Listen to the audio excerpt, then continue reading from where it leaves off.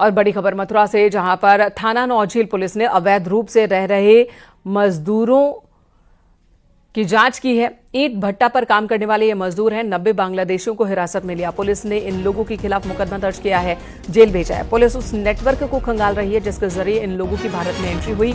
SSP ने बताया, police ने सूचना के आधार पर खाजपुर और बाजना में चल रहे ईंट भट्टे पर छापेमारी की थी।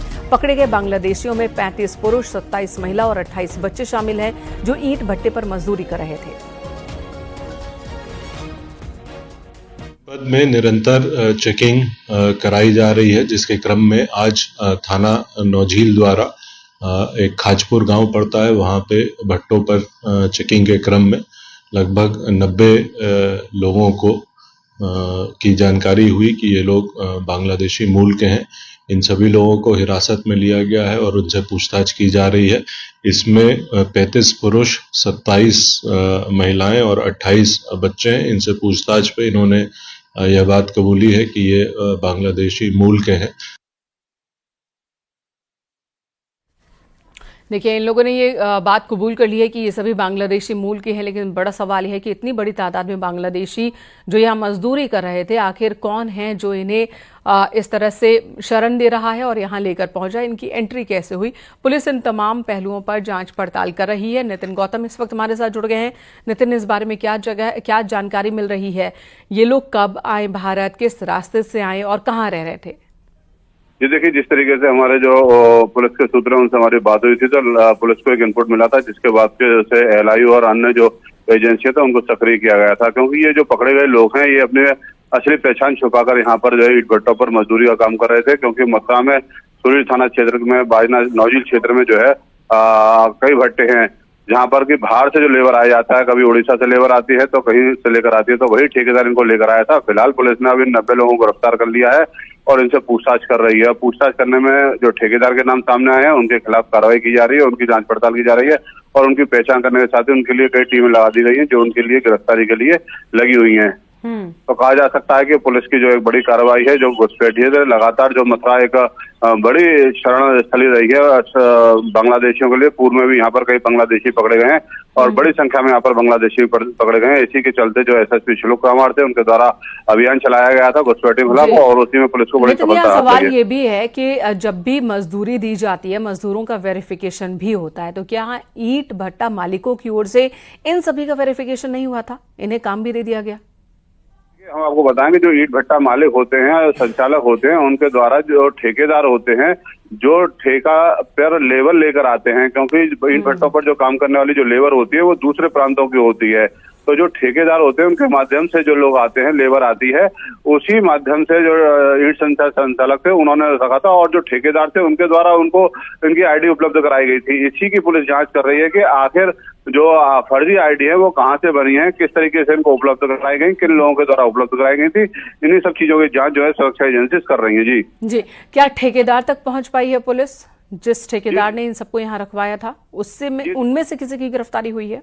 देखिए, अभी इसमें सबसे बड़ी बात यही है कि जो मजदूर थे उनका जब पुलिस ने वेरिफिकेशन किया, क्योंकि ठेकेदार एक जगह पे नहीं रहता है, कई भट्टों पर वो जो अपना एजेंट्स के रूप में वहां पे काम देता है। इसी के बाद जब उसको जानकारी हुई कि पुलिस के द्वारा बड़ी कार्रवाई की जा रही है, तो पुलिस की इस कार्रवाई के बाद जो है ठेकेदार वहां से फरार है, जिसकी पुलिस ने पहचान कर ली है।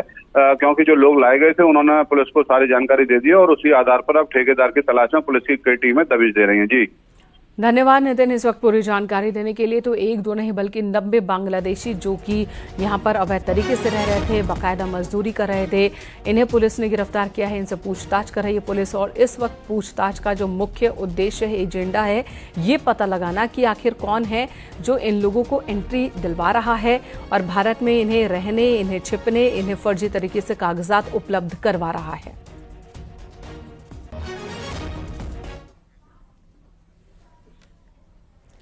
सहारनपुर के भैंसराव गांव के कस्तूरबा गांधी आवासीय विद्यालय में फूड पॉइजनिंग का मामला सामने आया।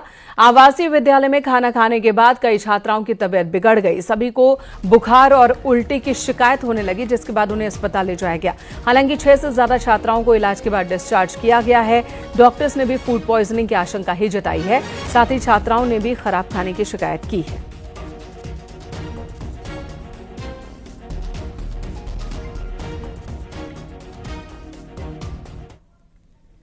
बुलंदशहर में देर शाम तेज आंधी और तूफान ने तबाही मचा दी। पेड़ और बिजली के पोल गिर गए, जिससे शहर से लेकर गांव तक बिजली संकट छा गया। कई घंटे तक बिजली की सप्लाई बाधित रही।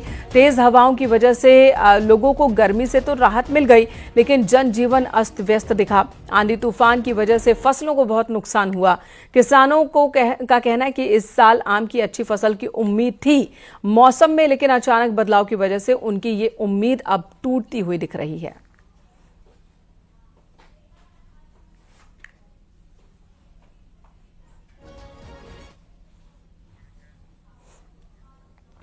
और एक और तस्वीर ऐसी आपको दिखाते हैं ग्रेटर नोएडा से, जहां कल देर शाम आंधी ने तबाही मचा दी है। ग्रेटर नोएडा के सेक्टर 22D में ओएसिस ग्रैंड स्टैंड सोसाइटी में आंधी की वजह से भारी नुकसान हुआ। सही बात है, अभी आई नहीं तेज है। बालकनी में जो पिलर है वो बालकनी में गिरा। टेरेस की दीवार ओपन एरिया में गिरने लगी। गनीमत रही कि कोई जनहानि नहीं हुई, वरना आप देख सकते हैं अगर कोई नीचे होता तो कितना बड़ा नुकसान होता। जिसके सिर पर गिरता पत्थरों का ये टुकड़ा, तो उसकी मौत भी हो सकती थी। ये चल भी तो नहीं रहा।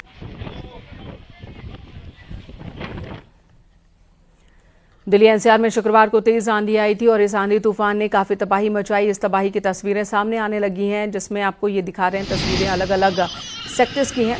एक तस्वीर नोएडा की आपको दिखा रहे हैं, जहां तेज आंधी तूफान आप देख सकते हैं। धूल हर तरफ छा गई, कई पेड़ उखड़ गए। तो दूसरी तस्वीर आपको दिखा रहे हैं, सोसाइटी के अंदर की तस्वीर है। कई सोसाइटी के तो शीशे टूट गए, दरवाजे टूट गए, खिड़कियां टूट गई। इतनी ज़्यादा रफ्तार थी हवा की, भारी नुकसान हुआ घरों को।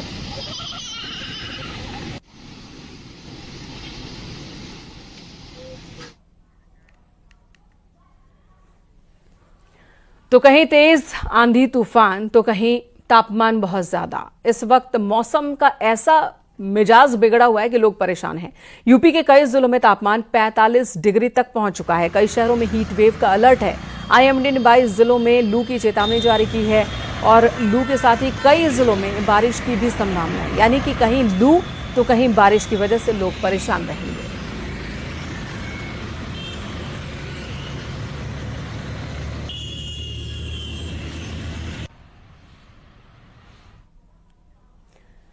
मेरठ में भी लोग गर्मी और प्रदूषण के डबल अटैक से परेशान हैं। जहां एक तरफ तापमान 42 डिग्री के पार पहुंच गया, वहीं जिले में हवा की गुणवत्ता में भी गिरावट आई है। मेरठ प्रदेश के सबसे प्रदूषित शहरों में शामिल है, जिससे नागरिकों के स्वास्थ्य पर बुरा असर पड़ रहा है। लगातार बढ़ रहा है, कैसे मात दे रहे हैं गर्मी को? क्या करें, गर्मी तो है ही। बताओ, ये जो इतने वाहन चल रहे हैं, एसी वगैरह चल रही है, इनकी वजह से तो गर्मी है। प्रदूषण ज्यादा है, इस वजह से गर्मी है। प्रदूषण ज्यादा है, इस वजह से गर्मी है। और धुंध का भी मौसम रहता है, मॉर्निंग में धुंध का भी मौसम आता है, पोल्यूशन भी रहता है, और ये भी एक बड़ा कारण है जी। ये भी एक बड़ा कारण है, आप कह रहे हैं। और देखो, हर घर में कोई ना कोई एक घर आप ऐसा बता दो जिसमें एसी ना लग रही है, उसका भी तो भभका है, बहुत गर्मी है। इस वजह से भी गर्मी हो रही है। तो कोल्ड ड्रिंक आप पी रहे हैं और इससे कुछ राहत मिल रही है? नहीं, राहत क्या, बस ये तो जो है पी ली ठीक है, नहीं तो कोई राहत वाहत तो कुछ है ना बस। और आप कोल्ड ड्रिंक पी रहे हैं, सॉफ्ट ड्रिंक पी रहे हैं, कितने हालात खराब है इस वक्त गर्मी की वजह से? गर्मी की वजह से बहुत बड़ी दिक्कत है। और अब जान बचाने के लिए ठंडा कुछ तो लेना तो पड़ेगा ही। बहुत दिक्कत है गर्मी। 44 डिग्री सेल्सियस 45 डिग्री सेल्सियस के आसपास हो गया है और आने वाले दिनों में कह रहे हैं कि अब लगातार ये जो है टेम्परेचर बढ़ता ही जाएगा। हाँ, टेम्परेचर बढ़ता ही जा रहा है और उसी को देखते हुए जो है खुश्की भी उतनी ज्यादा आती जा रही है, तो पीना तो पड़ेगा। आजकल सेल कैसी चल रही है? बहुत बढ़िया चल रही है, बहुत बढ़िया। सेल बहुत अच्छी चल रही है, इस महीने तो बहुत ही अच्छी हुई है। तो लोग सॉफ्ट ड्रिंक्स पी रहे हैं और आप यहीं पर शॉप में डेली लग जाती है और जो भी लोग आते हैं cold drink soft drink P करके इस गर्मी को मात देने की जुगत में लगे रहते हैं।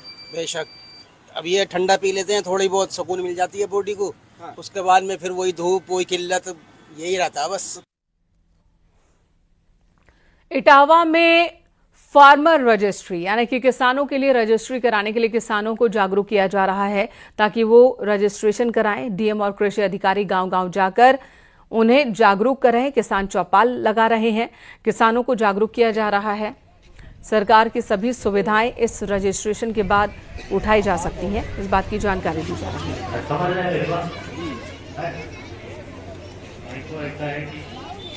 हमारा इसका एक जो है बहुत ही महत्वाकांक्षी प्रोजेक्ट है, ये कृषि विभाग द्वारा चलाया जा रहा है और इसके माध्यम से हम जितने भी अपने किसान भाई हैं तो उनका डिजिटल रिकॉर्ड तैयार कर रहे हैं, उनको पंजीकरण कर रहे हैं। आने वाले समय में जो उनकी पंजीकरण संख्या होगी उसी के माध्यम से जैसे फर्टिलाइजर है या सीड है या अन्य और बहुत सारे जो किसान से संबंधित कार्य होते हैं उसका वो सुगमता से यूज कर पाएंगे। फार्मर रजिस्ट्री किसानों के लिए अनिवार्य कर दी गई कि वो अपनी खेतों की रजिस्ट्री पंजीकरण कराएं और एक आधार की तरह आईडी नंबर होगा उसका, जिससे उनके खेती के सारे काम होंगे। पहली बात तो ये है कि भारत सरकार ने कहा कि सबका इसे करा, जिससे पीएम सम्मान निधि देने में कोई दिक्कत ना हो, जो खेती है वो अपने आप आ जाएगा।